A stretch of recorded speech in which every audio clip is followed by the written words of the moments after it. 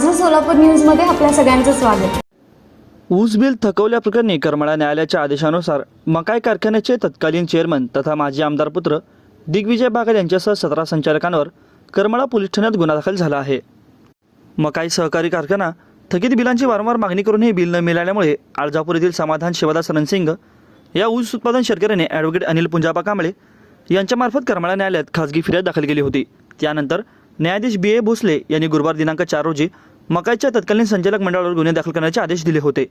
या आदेशानुसार करमाळा पोलिसांनी मकाई सहकारी कारखानाच्या तत्कालीन संचालक मंडळावरती 16 संचालक आणि तत्कालीन प्रभारी कार्यकारी संचालक यांच्यासह एकूण 17 जणांवर ऊस नियंत्रण आदेश 1966 कलम 3 आणि जीवनावश्यक वस्तू अधिनियम 1955 कलम 3 व 7 अन्वये तसेच IPC कलम 420 व 406 सलग कलम 34 अन्वये गुन्हा दाखल केला आहे.